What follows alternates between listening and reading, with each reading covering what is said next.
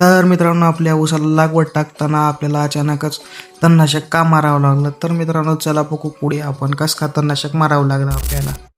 तर राम राम मंडळी, स्वागत आहे तुमचं अजून एक या नवीन ब्लॉगमध्ये. तर सकाळी सकाळी उठलं हे बघू शकता आपली रूम कशा प्रकारे आहे. तर ट्रॅक्टरचा टप ठेवलेला आहे आपण.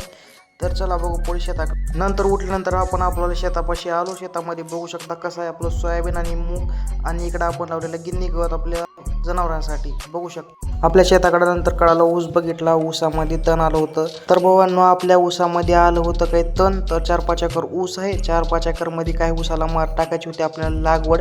तर बघू शकता असं पोते भरून ठेवले होते लागवड टाकण्यासाठी. तर लागवड टाकत असताना बाई हाताची कंडिशन बघू शकता.